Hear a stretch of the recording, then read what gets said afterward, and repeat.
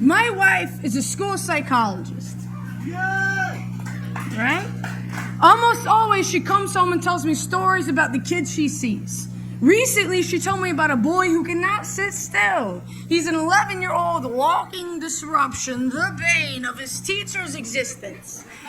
My wife asked him what he does exactly when he wanders out of the classroom and into the great outdoors. He pauses and with equal part smirk and sincerity says, "Incredible things, miss."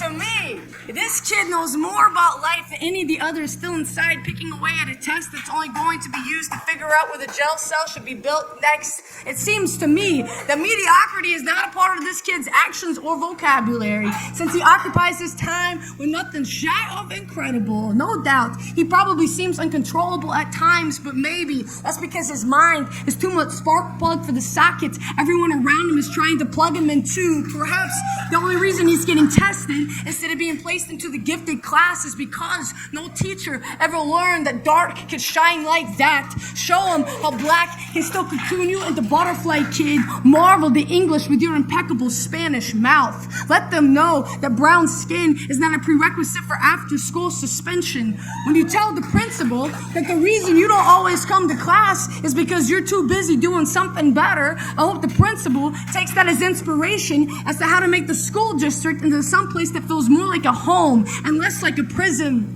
You see, the problem with the dropout rate is that it has nothing to do with the kids, as much as it has to do with our broken system. A flower can only grow as big as the pot it is put into. It needs good soil, adequate sun, and decent water. Our public schools look more like drought fields instead of burgeoning gardens. It is no kid's fault for not following blindly a system that doesn't even see them. What sort of society would we be if we listened to kids with dignity?